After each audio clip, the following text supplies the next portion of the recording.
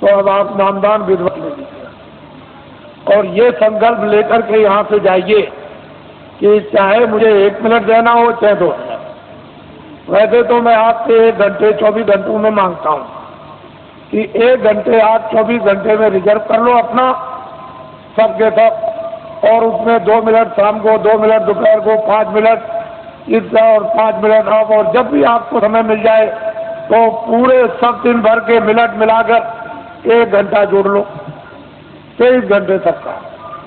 घर के गृहस्थी के सोना ये वो सब ये आप इसमें लगा दीजिए। 1 घंटे में ये काम और आप भगवान का आत्म जागृति का और भजन और 23 घंटे। अब इससे और सप्ताह आपको क्या मिले। और फिर ये भी आपको बताया कि लेट के बैठ के खड़े हो गए कुर्सी पर चारपाई पर स्नान करो मत करो, जहाँ जिस समय मौका मिल जाए 2 मिनट उसकी मजदूरी मिल जाएगी, मेहनत की 4 मिनट 10-15 मिनट, तो आप नहीं कर सकोगे तो जम की खाओगे जूतियाँ। जम की जूतियों में इतने कांटे हैं, इतने तीक्ष्ण उसकी धारा है, काटने की जूतियाँ जब पड़ती हैं, बड़े बड़े बादशाह चक्रवर्ती वहाँ आज भी पीटे जा रहे हैं आपको देखा। ऐसी जम की जूतियाँ हैं तो किसी को छोड़ता नहीं।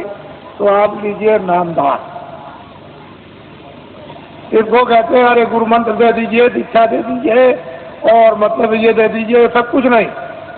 कलयुग में नामदान, जीवात्मा दोनों आंखों के बीचों बीच में बैठी हुई उसका दान, वो क्या है? नाम दान, जीवात्मा का नाम दान, ये सर्वोपरि दान है, इससे बढ़ के कोई दान नहीं।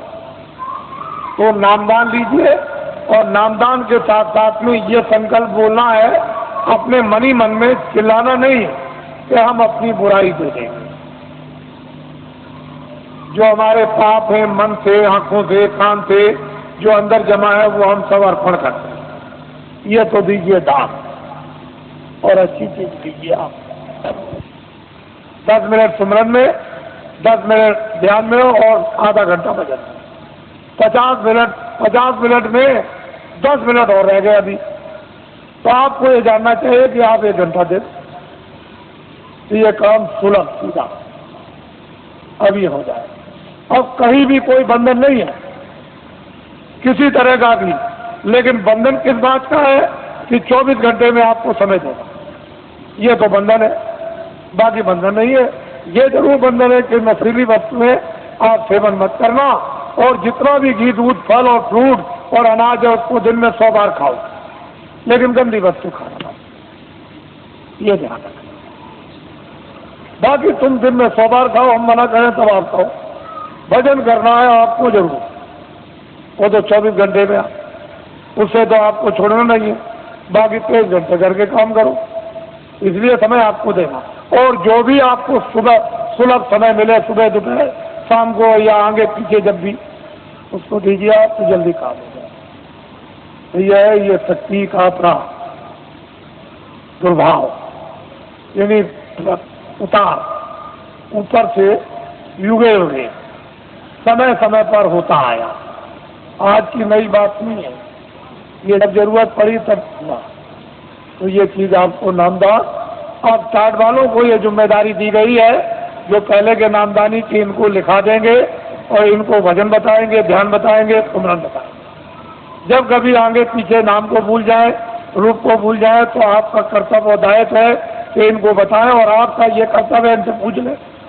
लेकिन ऐसे व्यक्ति से मत पूछिएगा जो जानता ही नहीं, जिसको नामदान पता ही नहीं, उससे पूछने के वो क्या बताएगा।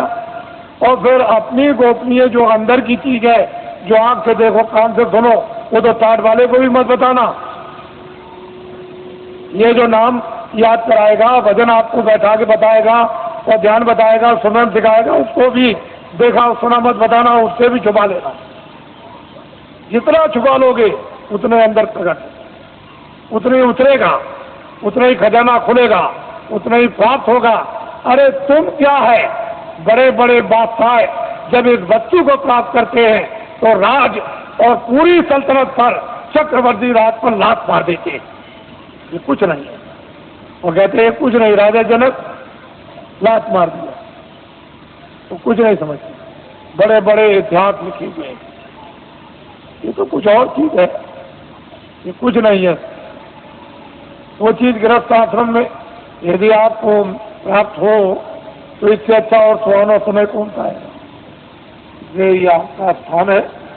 और साधना कार्यक्रम में भी आप बरसात में होगा गुरु पूर्णिमा जुलाई के बाद, तो आप उस समय जो आस पास के हो और जो इच्छुक जिज्ञासु होते हैं वो आते हैं।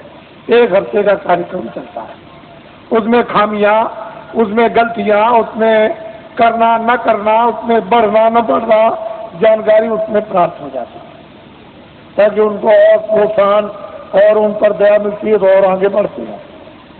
इस तरह से कार्यक्रम चलता रहता है। और मैं अभी जैसे ही 31 मार्च समाप्त होगा तो मैं अभी घोषणा करता हूँ दौड़े की।